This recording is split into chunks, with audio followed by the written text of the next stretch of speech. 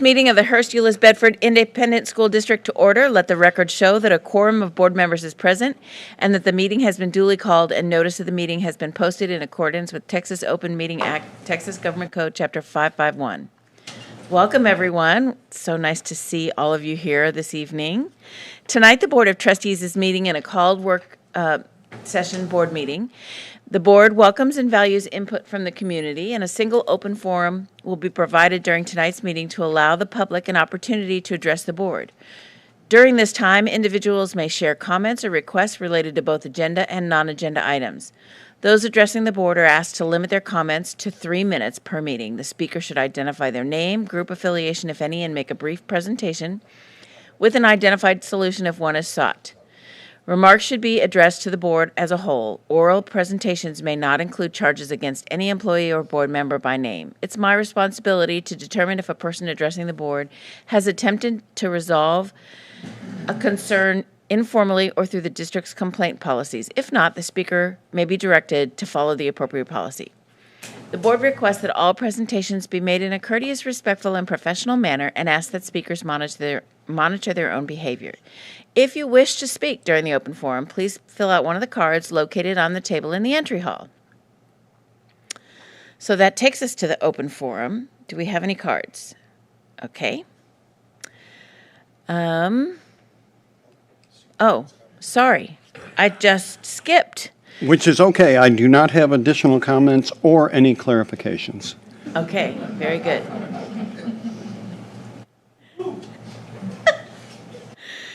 Okay, so the open forum, we have no cards. So that means we are going to adjourn to closed session. Pursuant to Texas Open Meeting Act, Texas Government Code, Chapter 551, the board will adjourn to closed session pursuant to Section 551074 and 551076.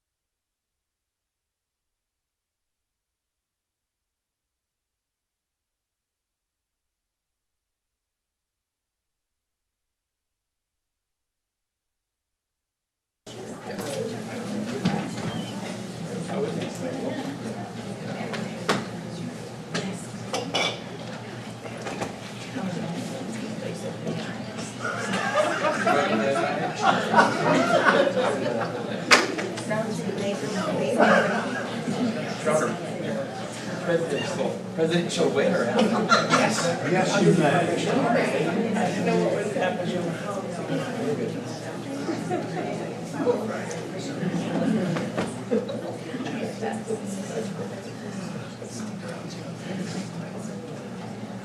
Just another second. Ready.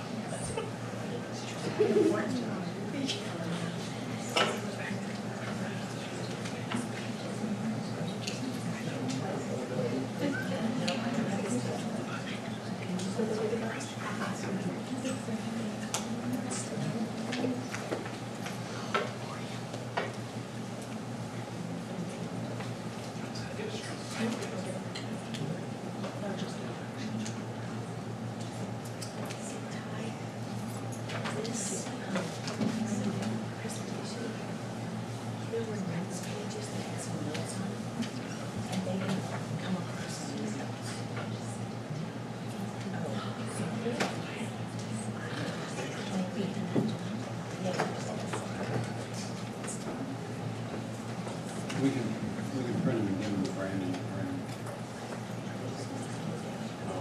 They'll be able to see it. That's why I'm sending it. Send it electronically. We send it electronically. Okay, the board will reconvene at 6:43 into open session, and we will start with an action item for Human Resources. Consider approval of Viridian Elementary School principal beginning for the 2026-2027 school year. I'll accept a motion. I move the board approve the appointment of Shakendra Allen as the Viridian Elementary School principal as submitted. There's a motion and a second to approve the appointment of Shakendra Allen as the Viridian Elementary principal. Please vote. And just a reminder, we have a new system that sometimes likes to work and sometimes it doesn't. And since we're not getting any visual, I will take a hand vote. All those in favor?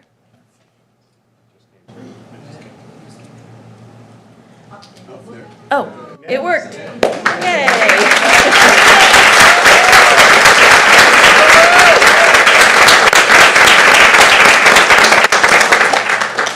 Welcome. Congratulations, Shakendra. We would love for you to come stand up here, Miss Allen, and come to the microphone because we're live and recorded.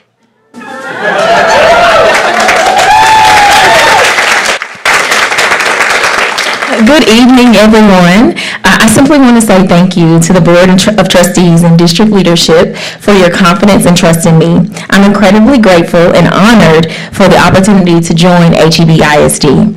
While I'm excited to be a part of this outstanding district, I'm even more excited to join the Viridian community as their new principal. I look forward to building relationships with our student, staff, families, community, and continuing the great work that's already going on at Viridian. Tonight, I'm fortunate to be surrounded by those who have supported me through this journey. With me are my son, my mom, my village, my dad, and a host of family and friends that are joining online, as well as my AP, who is now a principal, joining me tonight. So I'm grateful for their love, their encouragement, and belief in me. Thank you again for this opportunity, and I'm honored and grateful and excited to get started as a Viridian Viper.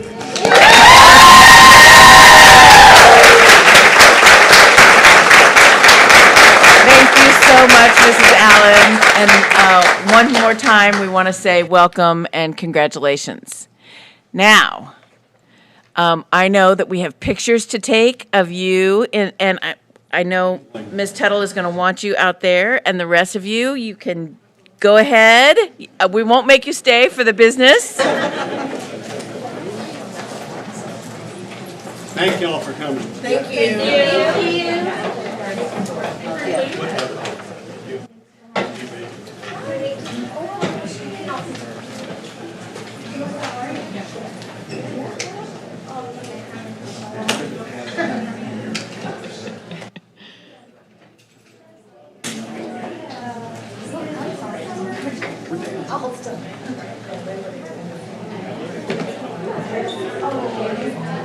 Okay, so as we shift the room, I think we need just another couple seconds here. I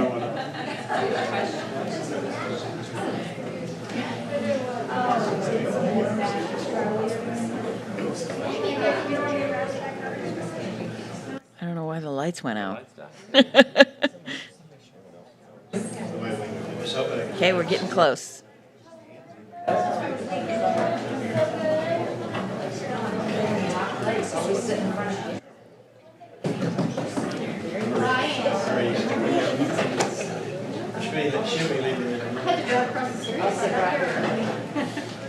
Okay.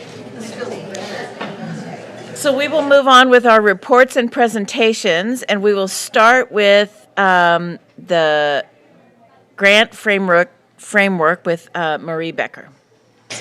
Good evening. I'm here to walk you through this evening the grant framework for 3 of our federal applications. The first one, and they'll kind of be mixed in as we go tonight, but the first one is ESSA, or Every Student Succeeds Act, which was the reauthorization in 2015 of the Elementary and Secondary Education Act of 1965. We're also going to look at TACE, the Texas Education for Homeless Children and Youth grant framework, as well as the LASSO Instructional Leadership 3 grant framework. So kind of as we get going, I want to give you an overview of where this funding comes from, the notices, and just kind of where these numbers initially come from.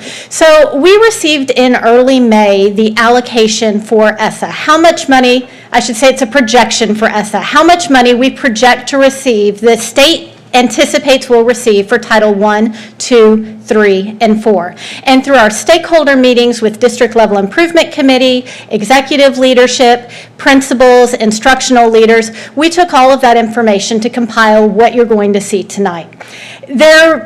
In late August, early September, we will receive our actual initial allocation for the 26-27 school year, after the school year begins. So we'll make minor adjustments based on that. And then in March of 2027 is when we receive the final allocation for the 26-27 school year. It could go up a little, it could go down a little. We receive access to our carryover funds, any funds that we don't end up using this year. As well as this past year, we were fortunate to receive reallocation. That's money that other districts in the state of Texas did not use, and because we're utilizing our money, we have had the opportunity to receive some additional funding that we can put toward late initiatives in the school year. So what I'm providing you right now is based on a projection and the initial numbers that we have. You can see the alignment with student success, employee success, and safety and well-being, which you'll see throughout as well. So first we're going to look at Title I, Part A, and you see in the green call-out box, this is what the federal statute says is the purpose of our Title I funds. How do we increase student achievement at our 18 elementary Title I schools? How do we close the achievement gaps? We anticipate receiving about $4.2 million this year, which is actually about $200,000 higher than we received last year.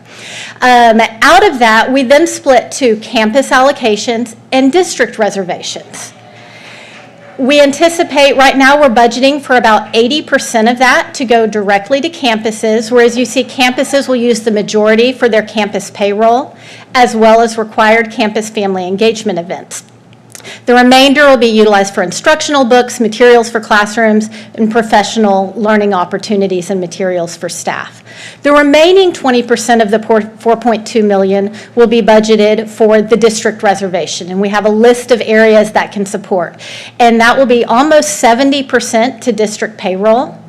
We do contract tutoring for students who live in our HEB Title I attendance zone and attend an eligible private nonprofit school. We maintain the funds. Any request for funds comes through us to ensure it meets the requirements, but it is a requirement that we provide equitable services to our private schools.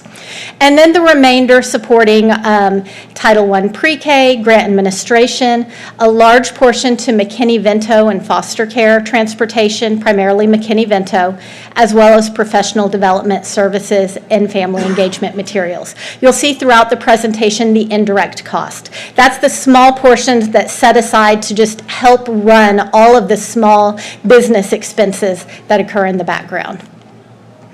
So here's an overview of the breakdown of the Title I Part A planning budget for next year. Feel free to interrupt me if you have any questions. Otherwise, I'll go ahead and I will move on to the next grant. I had one All right. quick question for you. Yes. You said that this was about $200,000 higher than last year, is that right? Correct. What The initial accounts- allocation. Okay, so what accounts for that difference?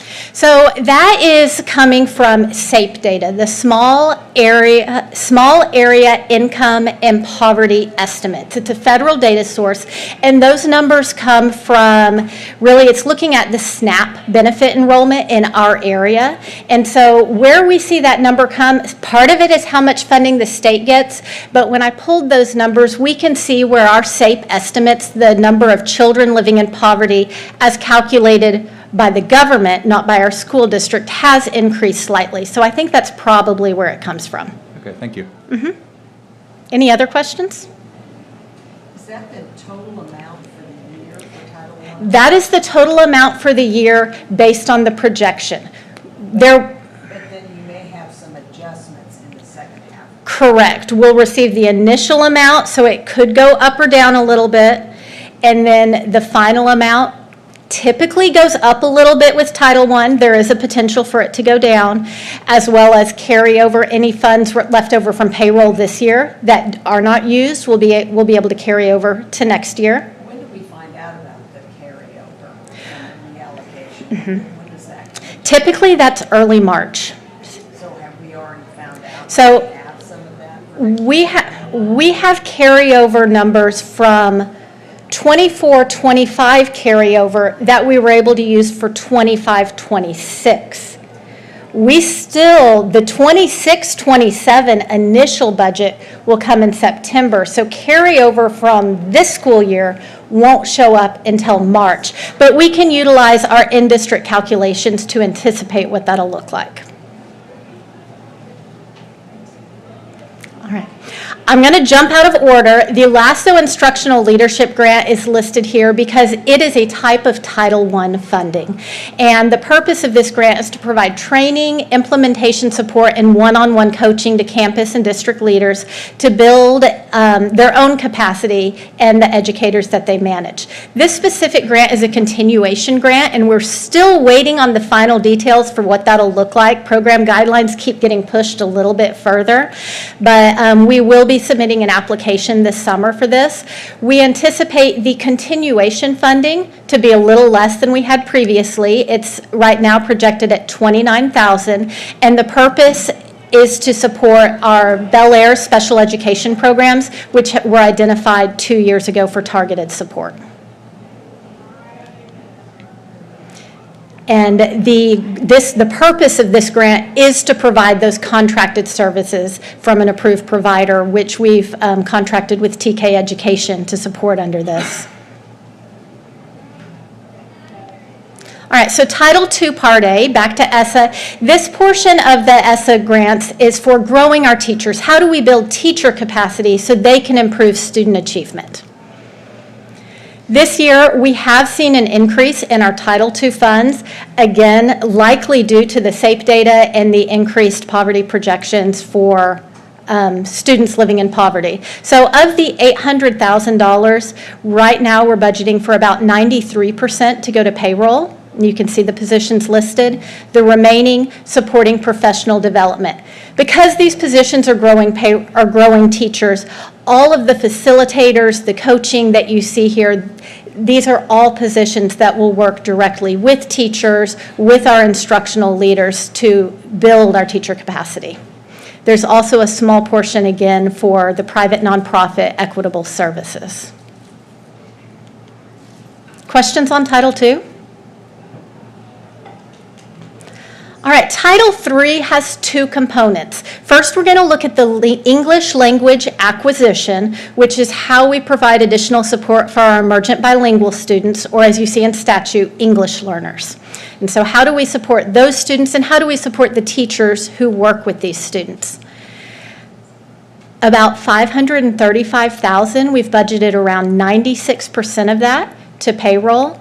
And you can see almost all of these positions are split funded between multiple fund sources, because some of the some of the duties that these positions perform are directly related to Title III, whereas others are not eligible under Title III. So we split between the local and federal budget sources. The remaining Title III funds are budgeted to help support training, family engagement, and summer language academy cost for next year. Any questions on Title III? All right, immigrant funds, I think, is one of the biggest changes that we've seen as we move into this next school year. And it looks a lot like our English language acquisition piece, but how do we provide support for our immigrant students in the district? And how do we support teachers in meeting the needs of our immigrant students?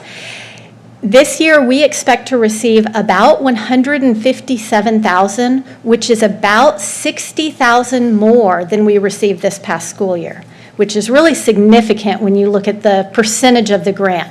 So right now, we have budgeted about 50% to payroll, looking at our Title III specialist, who is currently funded from immigrant and Title III Part A, ELA, and then the remaining looking at contracted professional development and materials and supplies, things that we can get to the teachers that they can utilize, to our campus experts and to our instructional experts to help better support the immigrant population. Questions on Title III immigrant funds?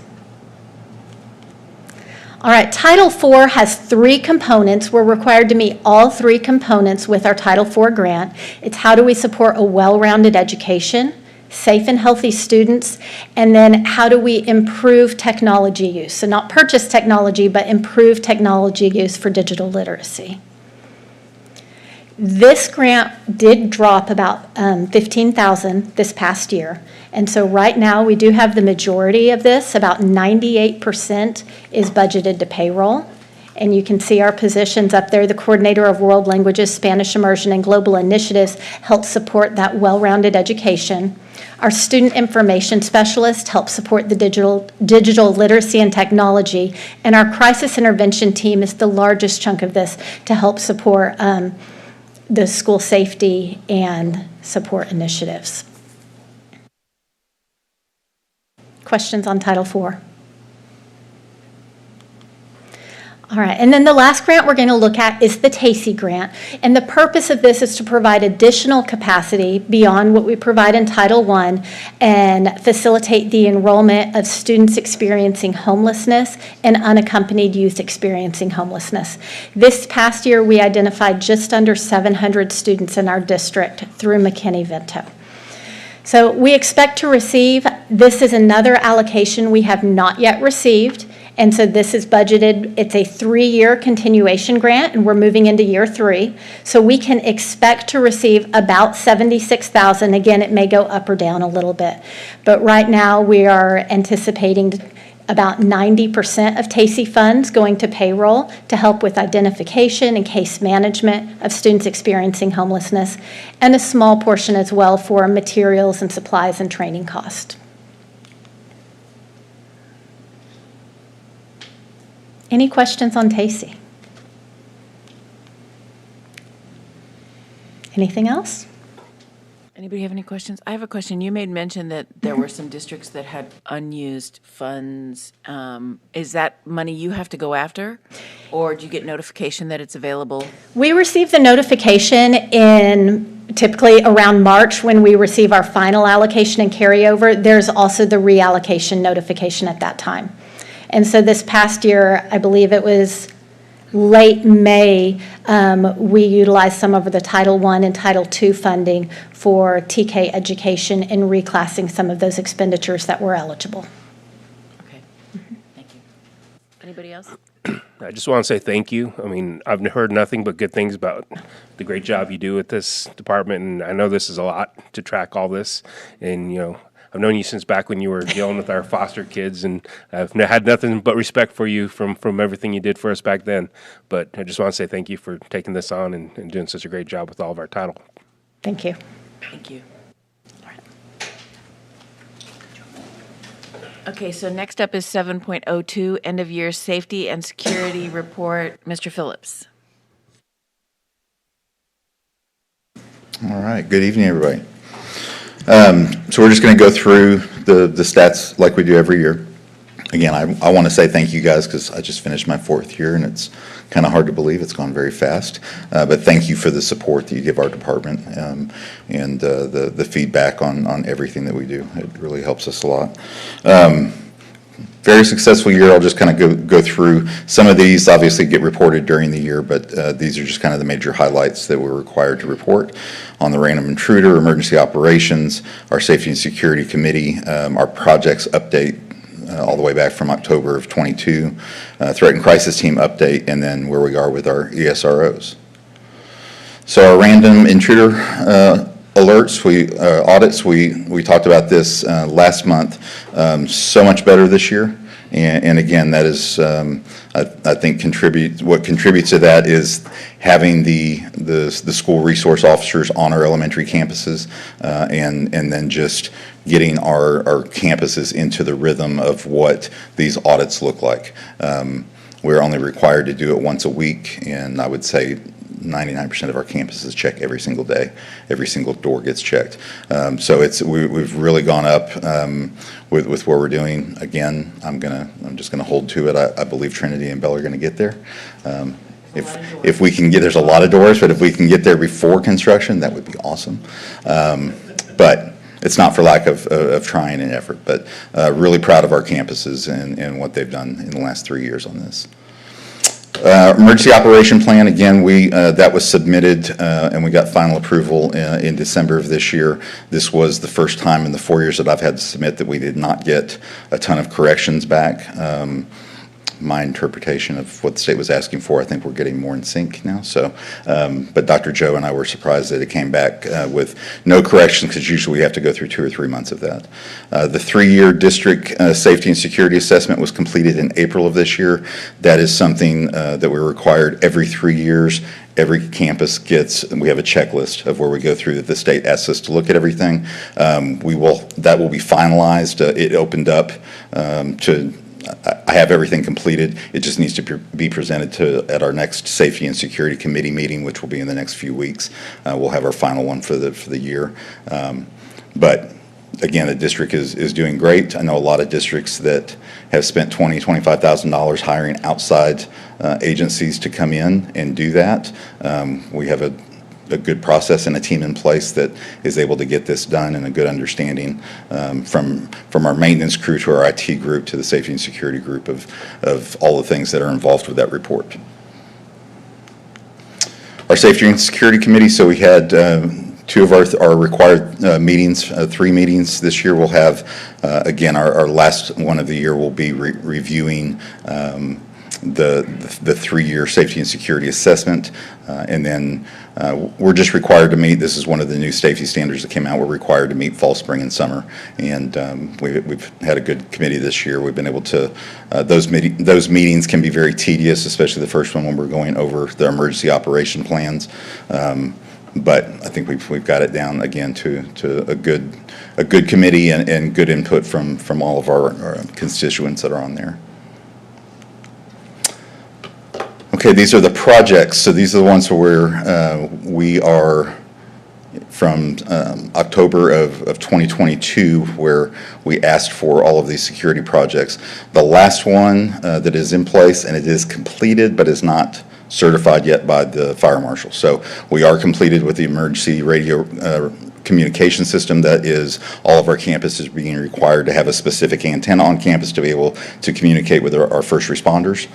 Secondary campus radio installation was completed in October of 2025. I know I was telling ELT, I think I've mentioned here before as well, but the antennas that they put on our secondary campuses are a lot higher grade than I thought we were going to. So we're able to sit here and listen from Pat May Center to some of our high schools and junior highs.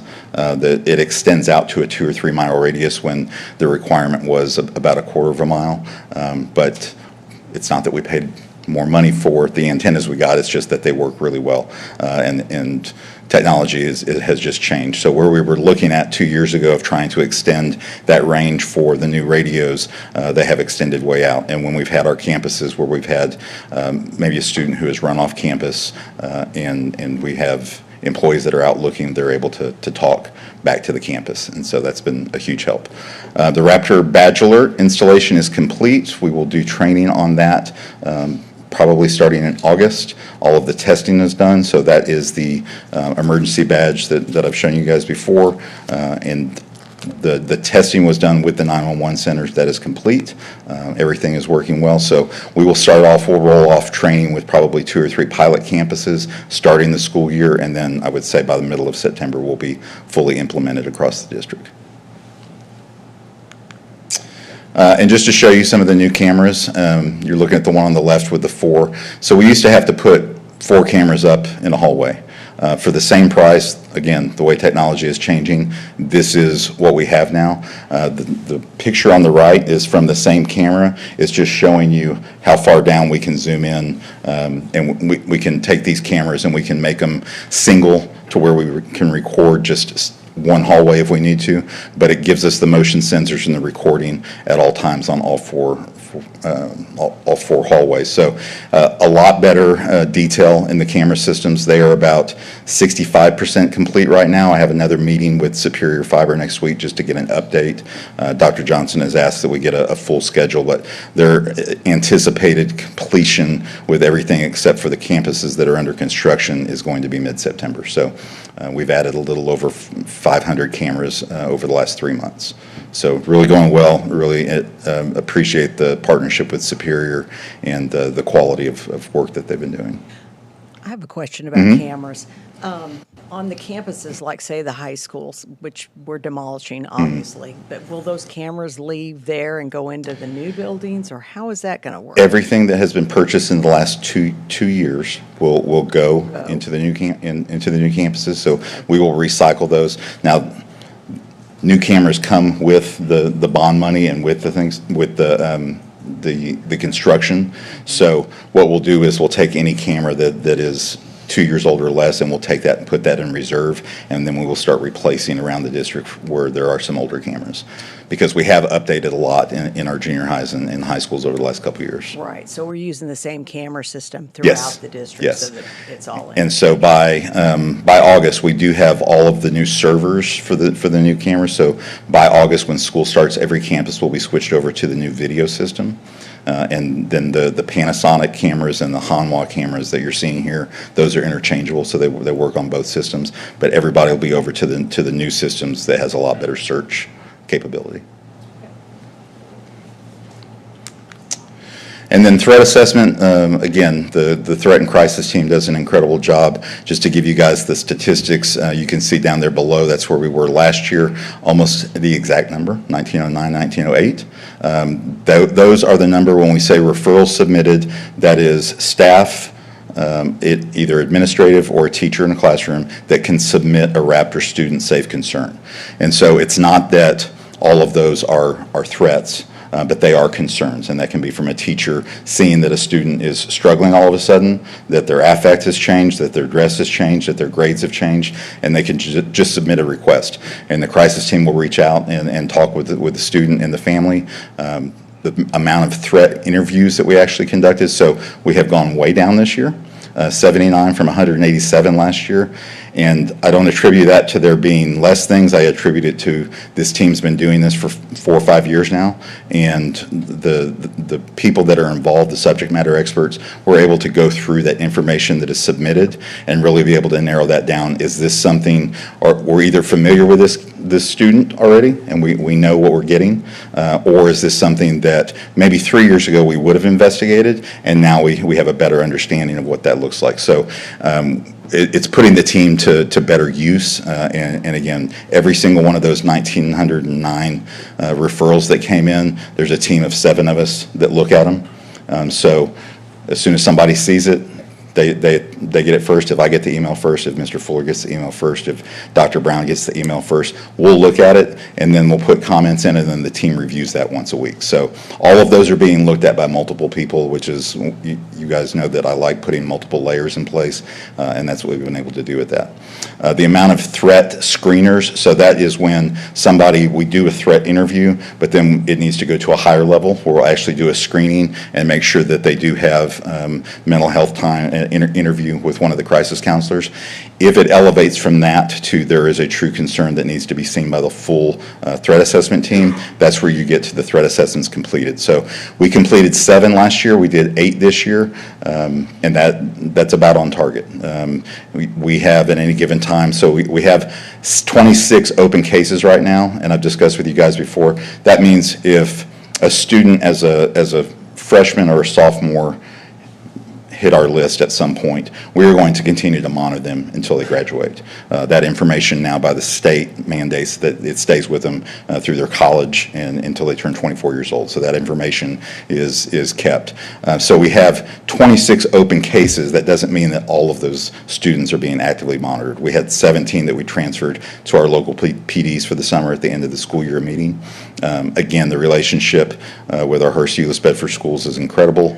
We have all of the community officers, community policing officers come in for that final year meeting. They will monitor those kids and stop by and check on them during the summer.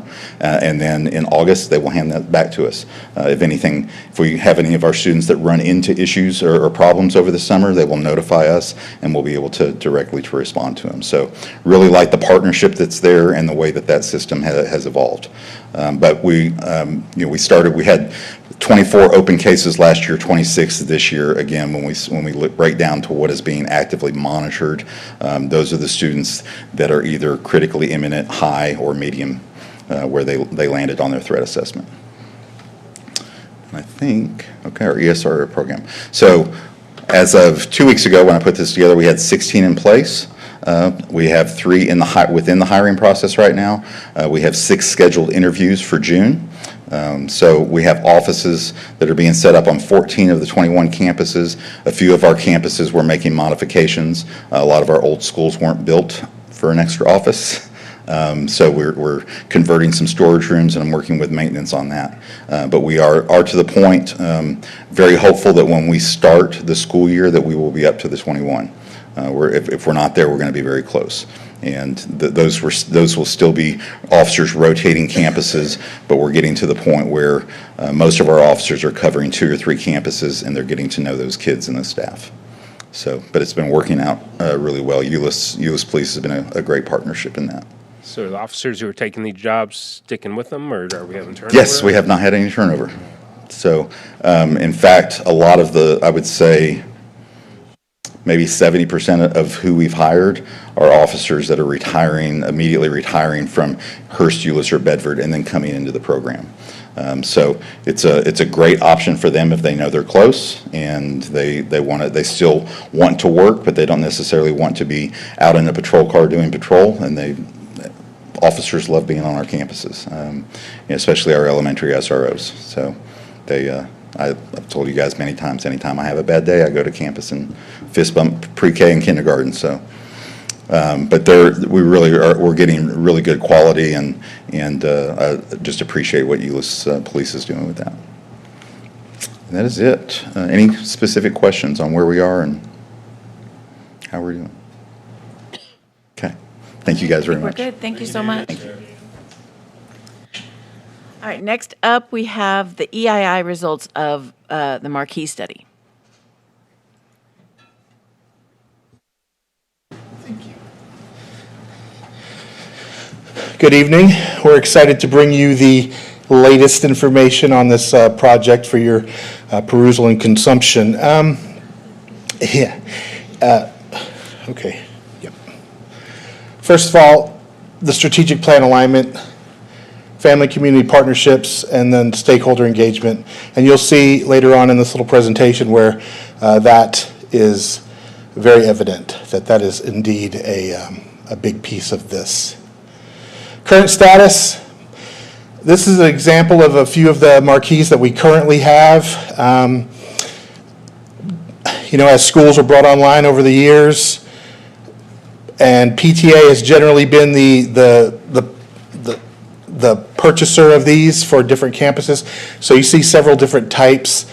We have some that are decent, and we have some that are, they're good. This is this is the standard. This is at Bel Air Elementary School. This is what all the rest of the marquees will be based off of. The difference that you'll see is, if this goes forward, the school name will be obviously to that campus with the school colors and the mascot, and the bricks will match the building. So we're trying to make these as standard as possible, yet a little bit customized to that building.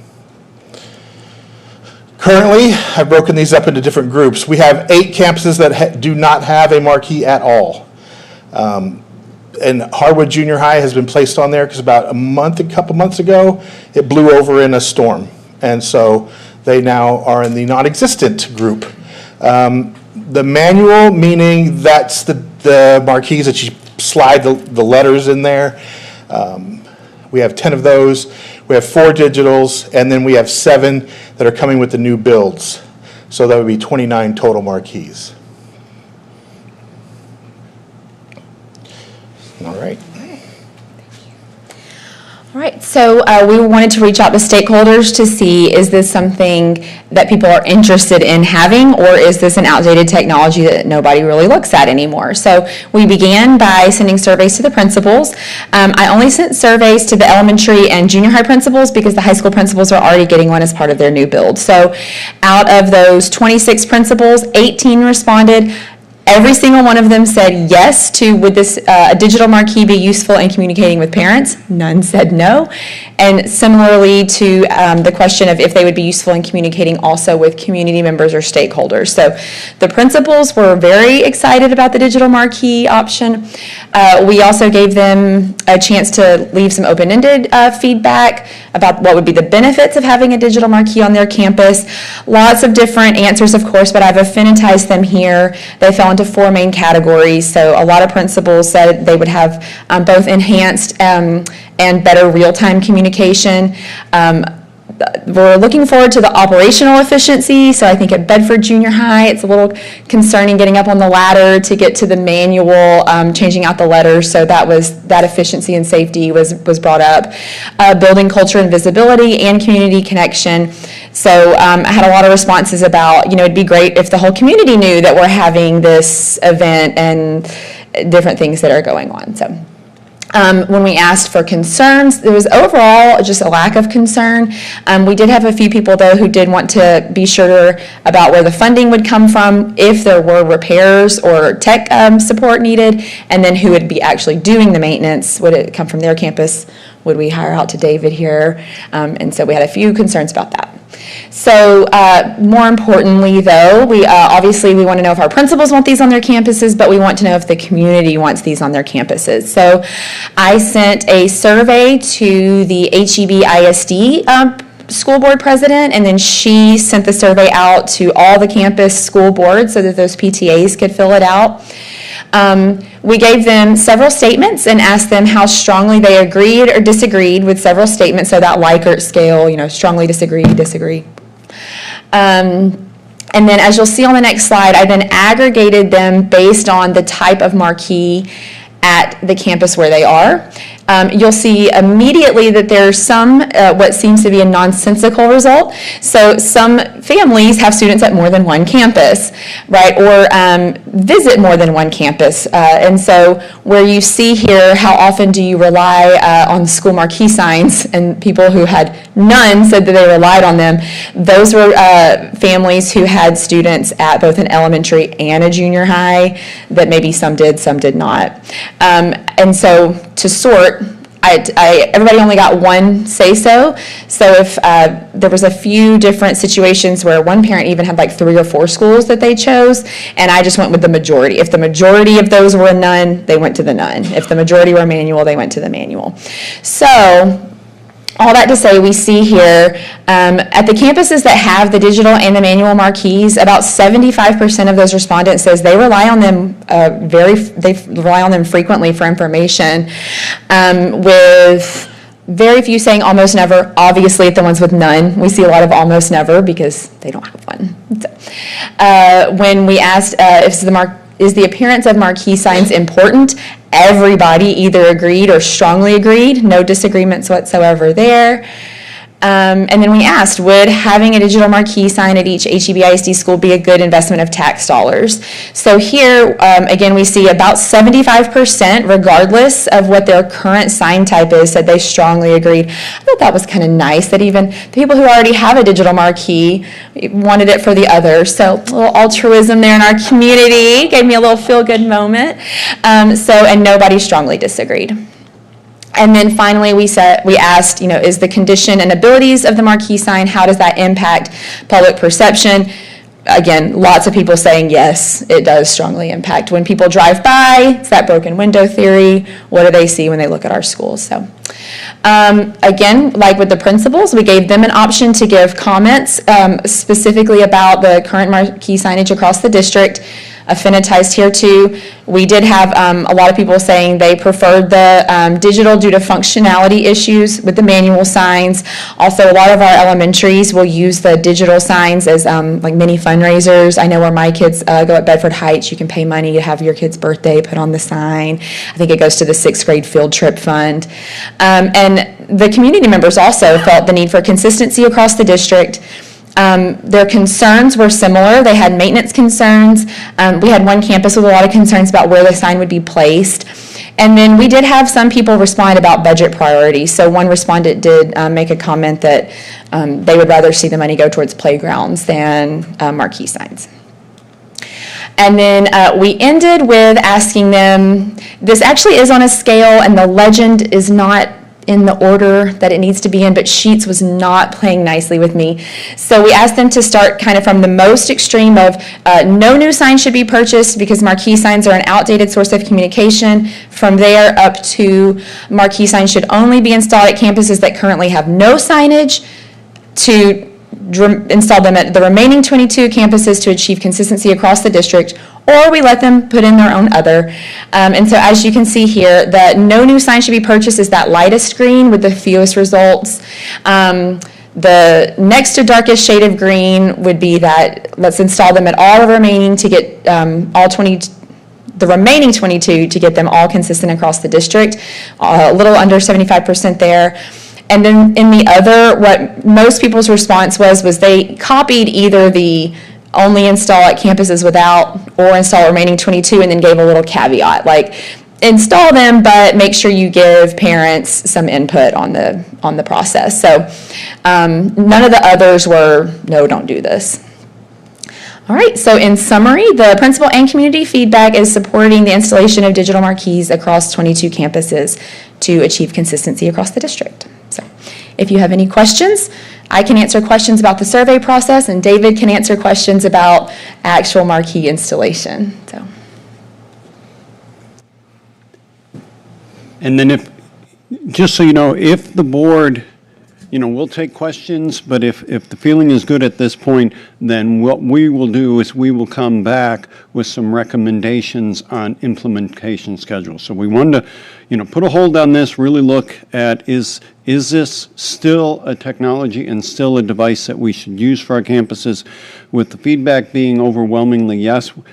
If that's where the board is, we will come within a board meeting or two, we will bring a recommended schedule to look at possible implementation.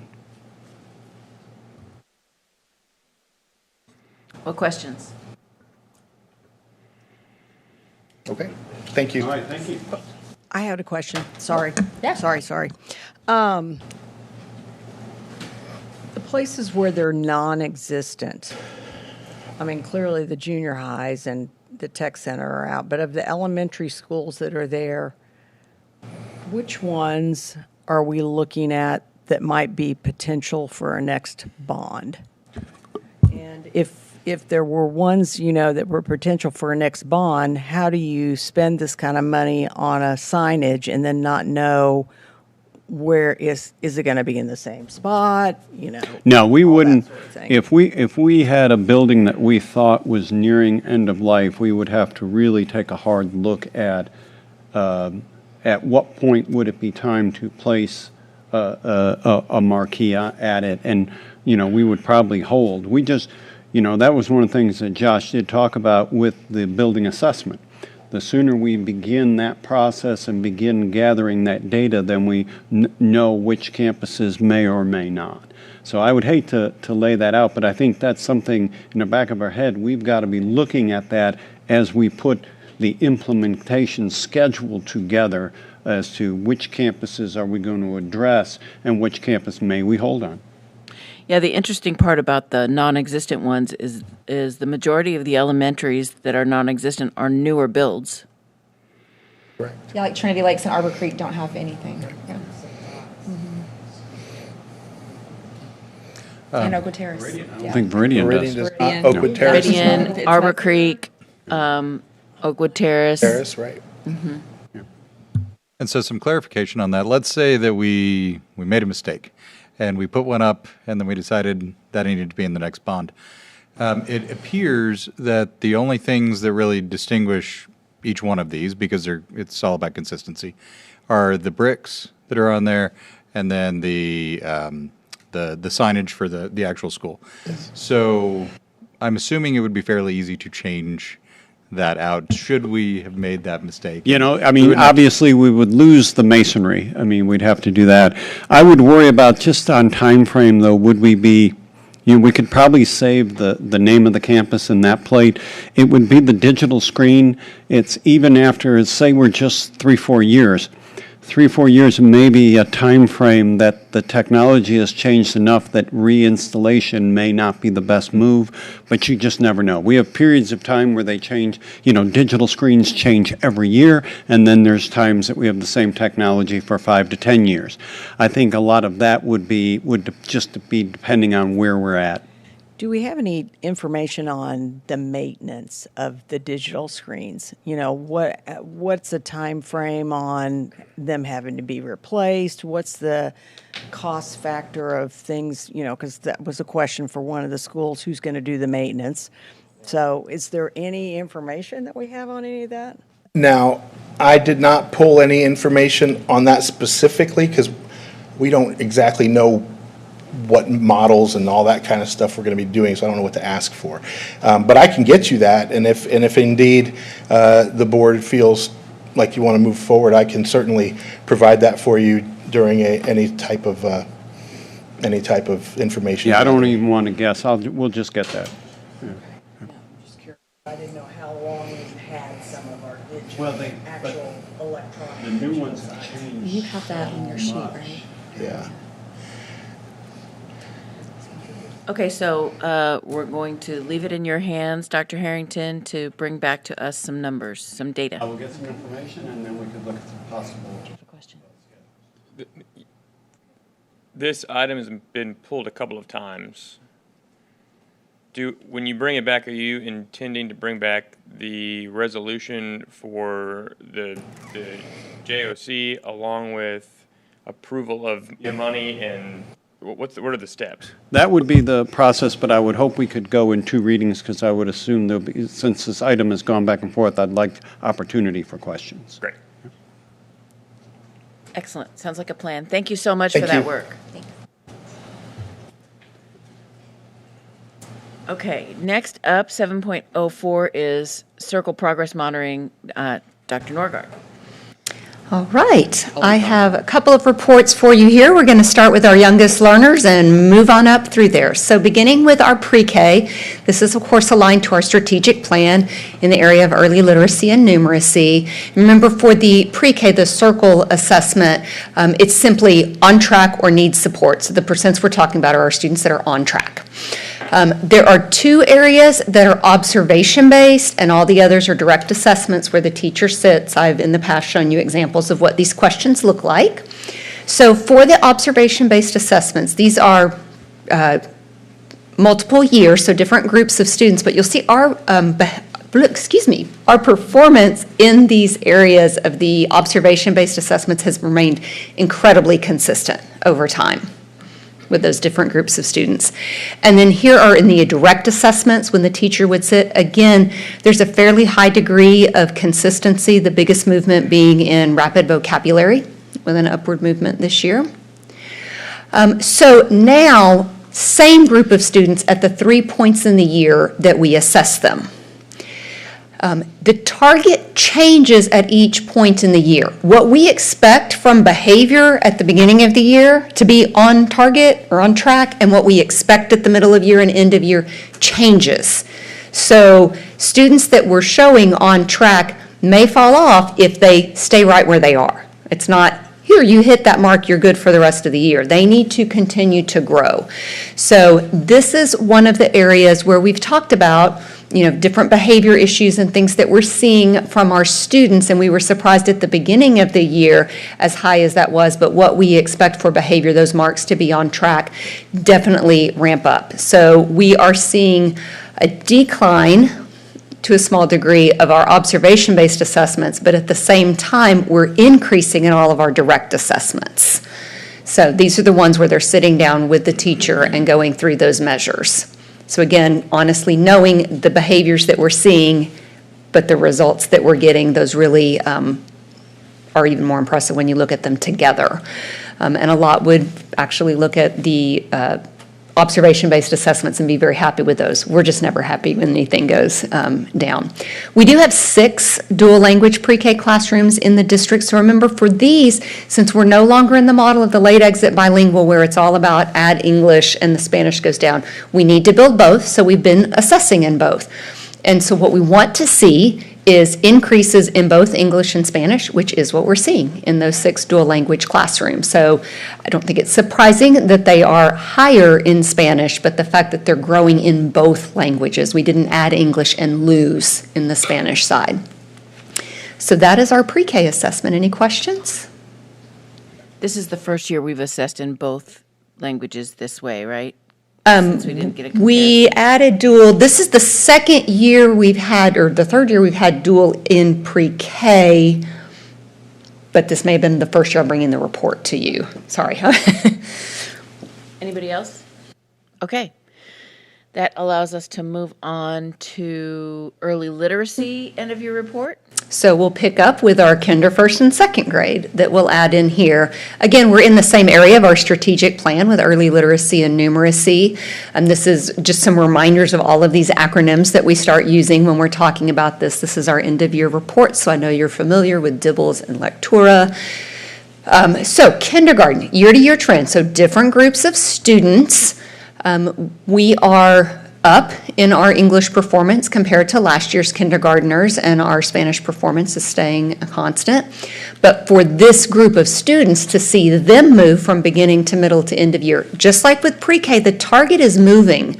So Lectura that started at 72, if we continued at 72 all year, that actually means all of those students were growing as expected. So the fact that we're gaining means we're growing the students that were there at the beginning of the year, and we're picking up more students along the way. So this is the way we want to see those lines moving for that cohort. This is something that I added last year to this, so it ties our circle progress monitoring where we were just talking about pre-K. At the beginning of the year, we were looking at, so here are our kindergartners, how are they performing on DIBELS, and breaking them out to, okay, these were the students that were with us for pre-K, and these were students that we don't know that they didn't attend pre-K, but they didn't attend pre-K with us. They may have been at home, they may have been, in a church pre-K program, a private pre-K, but the ones that were with us were definitely at beginning of year coming in with stronger skills. So I love what the BOI tells us about our pre-K program, and I really love what the MOI and EOI tells us about our kinder, because you see we're starting to close the gap at middle of year, and then by end of year, those two groups have almost completely leveled out. So this was a new way of looking at this data that actually marries those two reports that I just showed you. In first grade, our Spanish, as you may recall from years to years, we sometimes see greater fluctuations in Spanish. Of course, we've also got a smaller sample size of students that we're testing in Spanish, so that is not unusual to see a large drop and then a large gain in the double digits. Again, because we're comparing year to year, so those are different groups of students. If we had the same group of students that were doing that, we'd have some different questions that we would ask. So here is their trend data, and so we have kindergarten and first grade for them. So a fairly consistent line, some down, some back up as we move through the year. But again, even if it was a totally flat line, that means they're progressing as expected through the year. So any upticks We know we're making that positive movement, and anything that moves down, we look, and you can see frequently a down is followed by a correction back up. As we move into second grade, very consistent performance compared to previous years of second graders. This group in English and Spanish testing tended to exchange places quite a bit during their first grade year. But again, it's that correction. When there's a downturn, then it's followed by an upturn. Dual language, we are also looking, just like in pre-K, we're going to look at those classrooms that had dual language here and test them in both. So as you would expect, the lectura, the Spanish language is higher, but just as it's increasing, so is Dibble's the English performance. And we see that at kinder, first, and second grade. Questions? All right. Well, how about we go all the way up to sixth grade then? So the next one is measures of academic progress, end of year. Here we go. So measures of academic progress. We're now going to capture kinder through sixth grade. This is a different kind of test. This is our norm referenced rather than they were trying to be on track for a certain goal or hit a certain mark.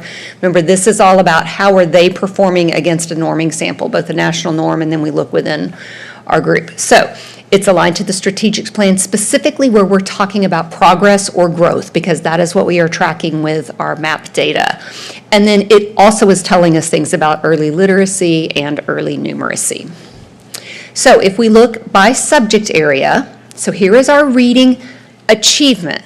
How are they performing? How high do they move through those adaptive questions? If this was a normal bell curve, perfectly even distribution, the red, the orange, the yellow, the green, and the blue would all be the same amount of the bar. So more green and blue is good. And if it was a perfectly normal bell curve, that 50th percentile line would be striking right through the middle of the yellow. So the fact that we're in the green, just barely in the yellow in some, but still far to the end means we're exceeding the expected norms for achievement in reading.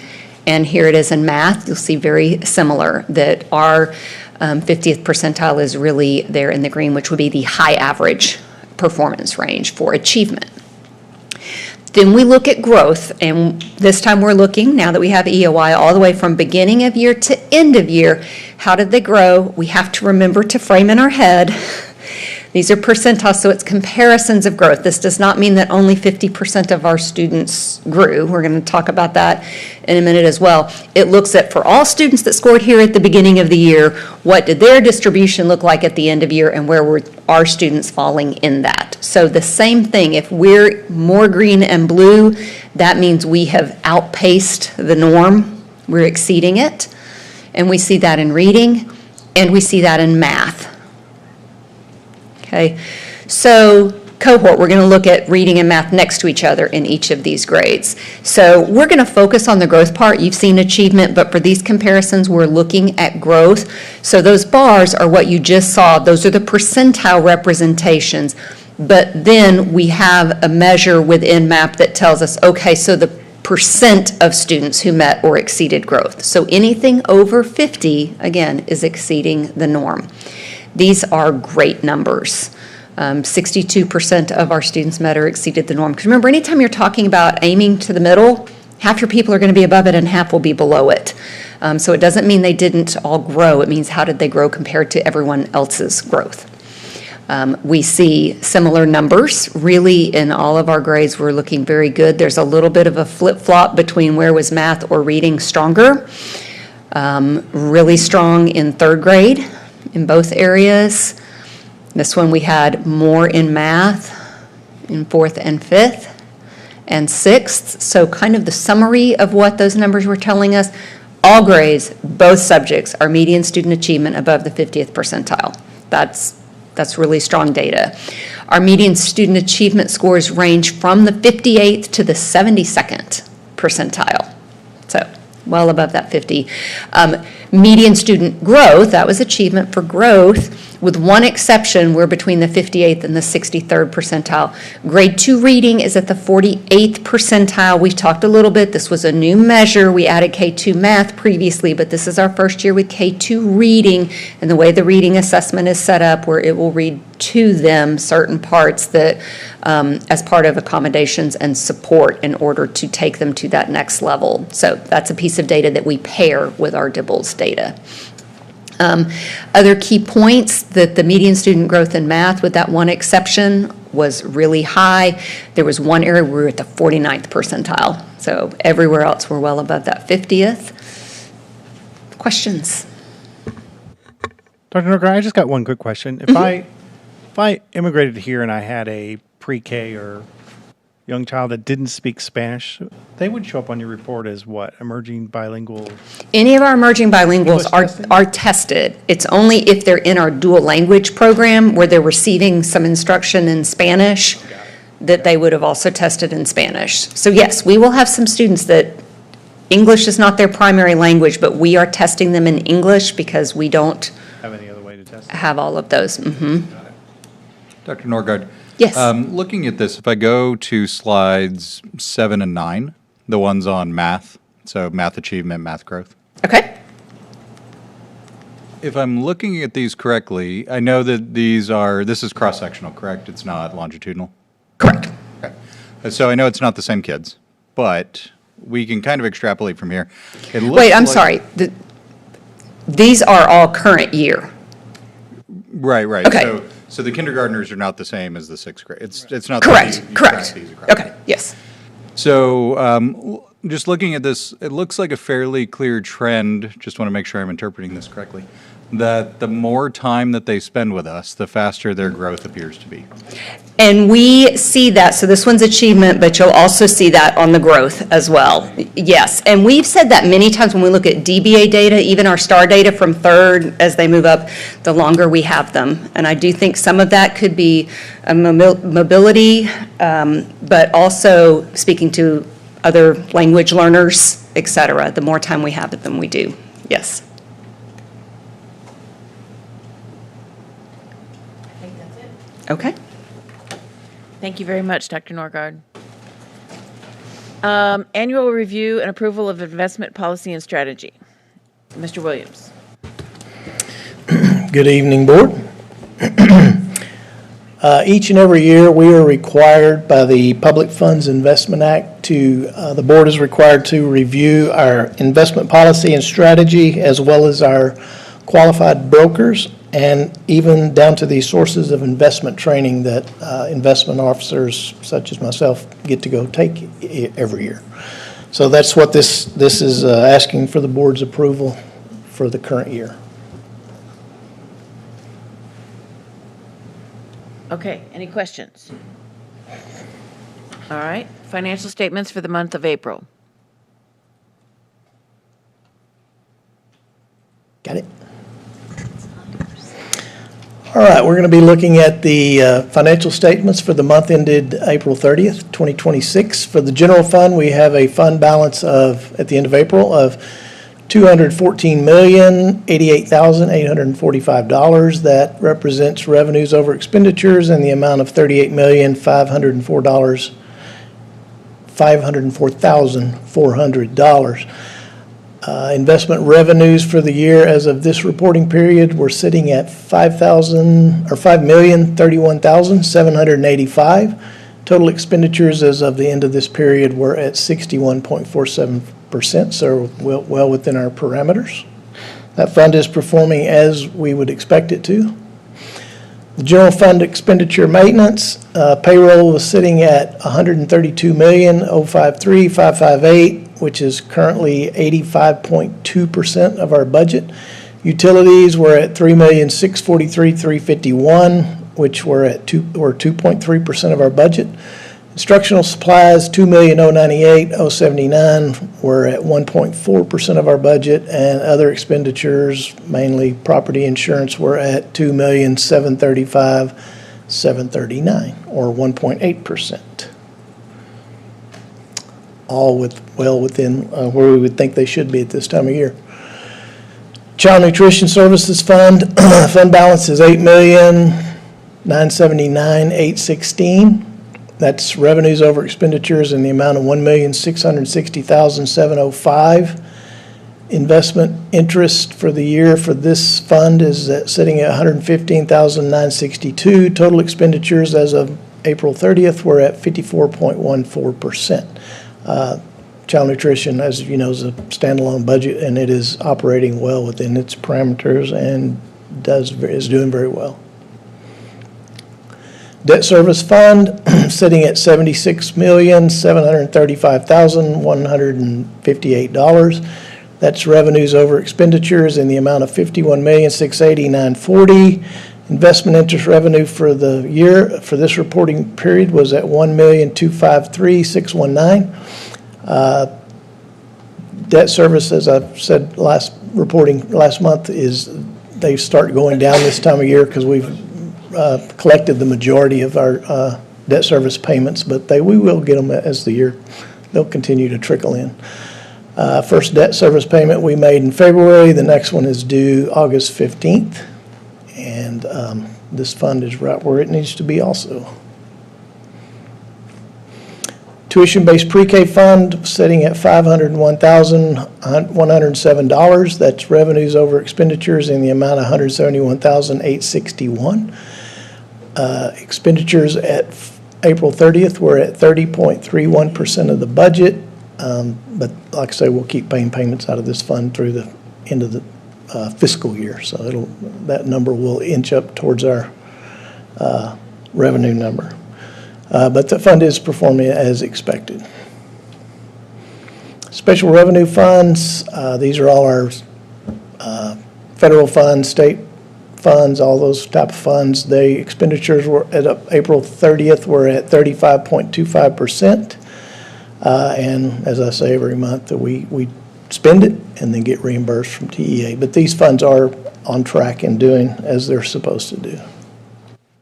Campus Activity Fund was at $4,277,929. That's revenues over expenditures in the amount of $843,081. Revenues were at $2,714,844, while the expenditures were at $1,871,763. So taking in a little more revenue than they've spent. But these funds are performing as projected.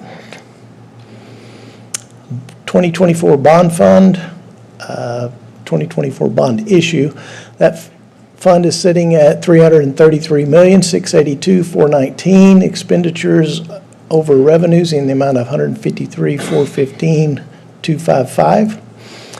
Interest revenue for this reporting period was at $7,762,989. And as I've said in previous months, we're looking at probably the end of this year. I'm already talking with Mr. Williford, with our financial advisor, at some different scenarios, starting to look at those now of how we may do that in conjunction with our upcoming year tax rate for INS funding and whatnot. So these funds are doing well. They're going out the door pretty quick. So we will have to issue those other bonds pretty soon so that we can keep building.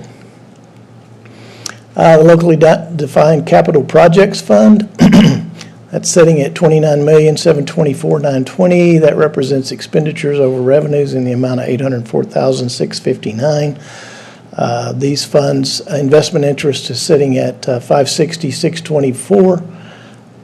And these funds are relatively quiet. We haven't added a lot of new projects to this, but we will have some that we're bringing to you this evening, actually, later on. So, but this fund is doing well also. Any questions? Nope. Okay, that takes us to 8.03, budget transfer and amendment requests for consideration. This month is just routine stuff, not much at all, moving a little bit of money from extracurricular into curriculum and staff development for the most part. So nothing outstanding. No questions. All right, thank you, Mr. Williams. That takes us to 8.05, which is purchase of, nope. Renewal of 8.04, renewal of Renaissance School City. Good evening. So Renaissance School City is our assessment platform that we are using in the district. We are 1 year into our implementation, and this is just the renewal. Are there any questions? No questions, thank you. 8.05 is purchase of Collegiate Academy and administrative devices. So we have the fortune of adding students to our Collegiate Academy, and those students do use a laptop. So we need to purchase additional laptops for that campus in addition to just replacement administrative devices. Very good, thank you. 8.06, Region 11 Education Service Center contract. Mr. Curbo.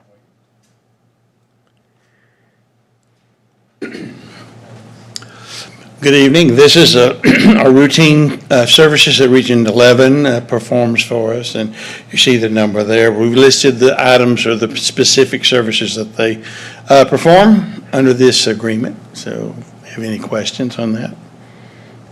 Nope, I think we're good. Extension of RFP for training consultants. This is for mainly professional development and some other training type needs that we use on an as-needed basis. And this is the second year, or first extension, second year of this agreement. Questions? Okay, we can move on to renewal of measures of academic progress, or MAP. So we heard a good report from Dr. Norgard on how we use this. This is the renewal of this product for the next year. I think we're good on that one. Yep. Extension of RFP for electronic visitor management system. This is our Raptor emergency management suite that provides a lot of security, ingress, egress, visitor entry, and so forth. So this is just our next extension of this agreement. Questions? Okay, extension of RFP for custodial supplies. This is the first extension of this 5-year agreement, just for us to be able to purchase custodial supplies and equipment as needed. Very good. Good change. Thank you. Extension of RFP for special education therapy services. This is similar to the professional training. We have a need for contracted services from special ed for when we don't have staff to do it, or we need to supplement or augment our existing staff, and this allows us to do this. Very good. No questions.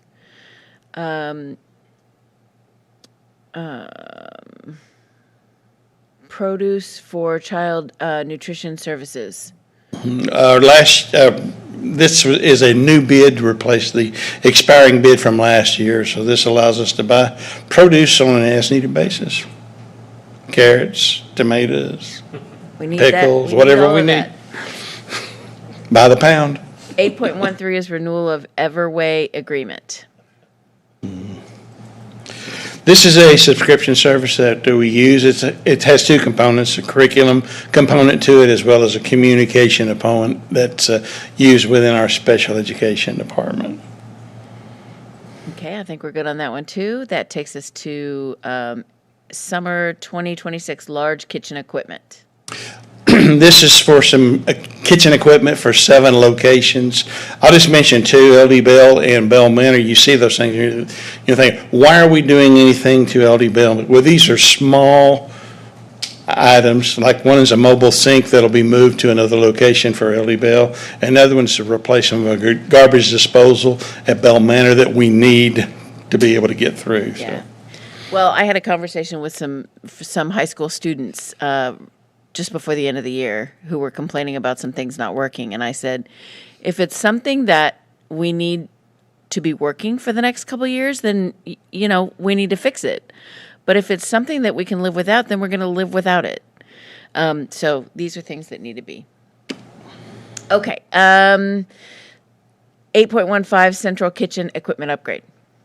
The kitchen over at Pat Bay is going to be upgraded to become the central kitchen for the district for catering and so forth. So it needs a considerable upgrade in equipment, a little bit of construction with opening a door, move some equipment and so forth, but minor construction. Questions? Okay. Thank you, Mr. Curbo. I'll be back. Okay. Action items. Consider approval of submitted contract MOUs. We just have 2 agreements for your review tonight. Any questions? No questions. I'll accept a motion. I move the board approve the contracts and agreements for 1.4 and 1.5 as submitted. Second. I think it's 14 and It's 15. 14 and 15, Yep. sorry. We have a motion and a second to approve the contracts and agreements for 14 and 15 as submitted.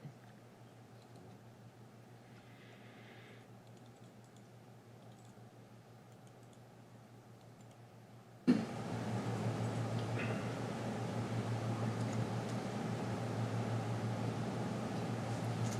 you pause for a second? Yeah.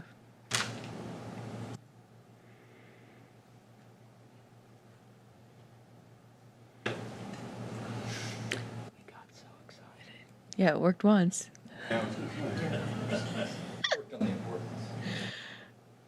There we go. Thank you. Okay, excellent, thank you. That takes us to 9.02, approval of student travel. Mrs. Rhodes. Good evening. Any questions about our international student travel? No, I think there are no questions. I'll accept a motion. Well, why don't you highlight it? Tell everybody where we're going. What's it going? Lyon, France, with one of our sister schools. So it's not just a short trip, right? It's a study abroad where they're there It for a while? is a study abroad with one of our sister schools for about 6 weeks time period. I know, I would like to go myself. I'll accept a motion. I move that the board approve the international student travel as presented. Second. There's a motion and a second to approve the international student travel as presented. Please vote.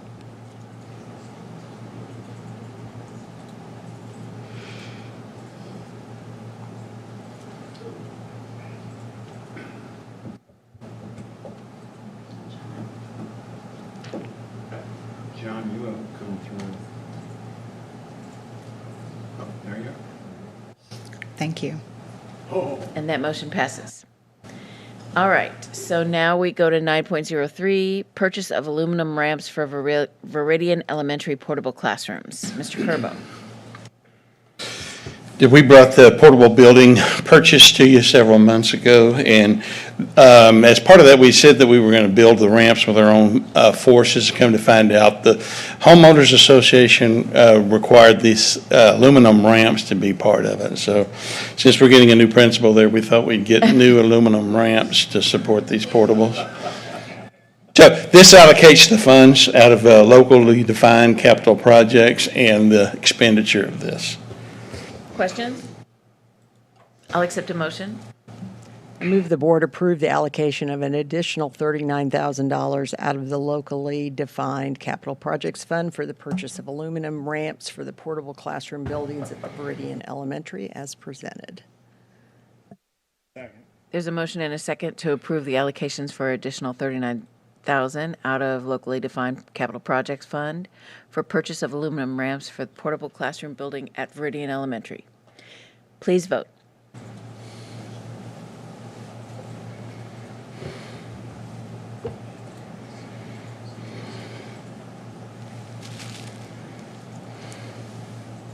That motion passes. That takes us to 9.04, which is consider approval of purchase of buses. As part of our routine schedule of replacement of buses and keeping up with our seat belt requirements and so forth, we asked to put a board item together to allow us to be able to purchase buses once we get bids put in and take advantage of that. We estimated $160,000 per bus, so 5 buses will be covered under this. Questions? I'll accept a motion. Well, the only question I had, Julie, was we did approve delegating the authority to purchase, I think we did. For auction, a very high amount. Because we didn't choose to go with that auction, does that approval for that amount go away, or do you still have the approval of that amount to buy buses? That was specific for auction action, if you were to put it in that term, so that's all we could do under that agenda item. Okay. But I think I know, do we anticipate any other auctions, or was that a unique event? Louisville did sell those 25 buses. They have another lot that they're going to post at some point. I keep monitoring that every day to see if they're posted those. So there may be other options, opportunities through auctions. So we'll continue to explore those as well. Okay, so that amount was never used. This 800,000 is our normal yearly amount. For the Yes, buses. yes, sir. Okay. Okay, I'll accept a motion.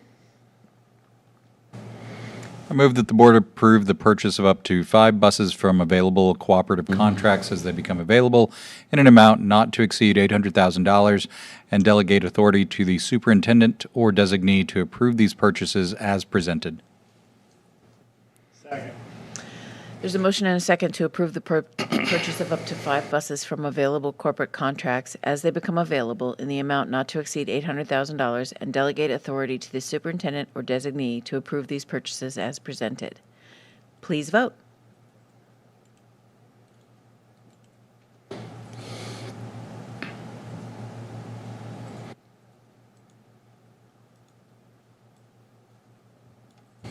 That motion passes.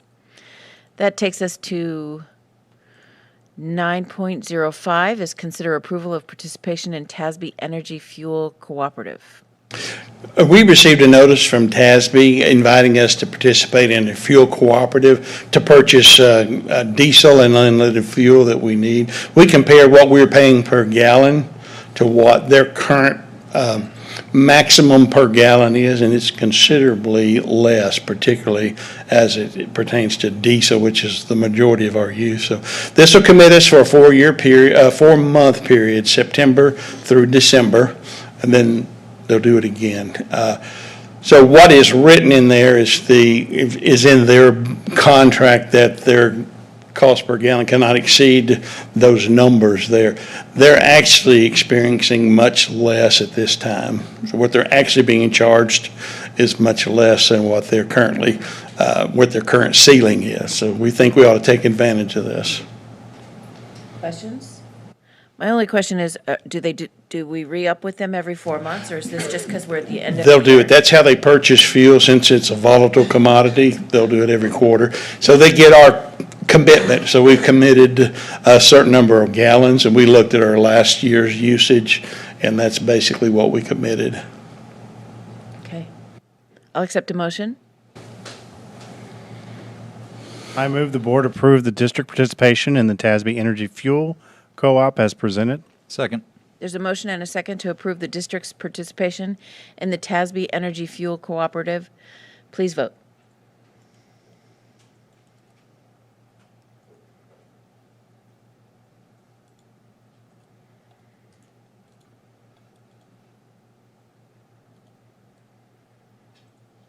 That motion passes. Okay, action items are over. That takes us to other business. Is there a board member that would like to add something to a future board agenda? All right, looking at the activity chart, it looks like everything is covered for the next couple of weeks. So now we will adjourn to closed session for a grievance hearing. Pursuant to Texas Open Meetings Act, Texas Government Code Chapter 551, 551-071, 072, and 074, we will adjourn to closed session. What I'd like to do is let you know that the staff and the folks that will be in the room are the board members, Dr. Harrington, Hector Martinez, Cicely Tuttle, Ty Stasek, Dobie Williams. We have counsel, Andrea Paris. Everyone else, out. We will actually take a 10-minute break here real quick, just to get everybody organized and moved. So at 8:16 is when we'll plan to start.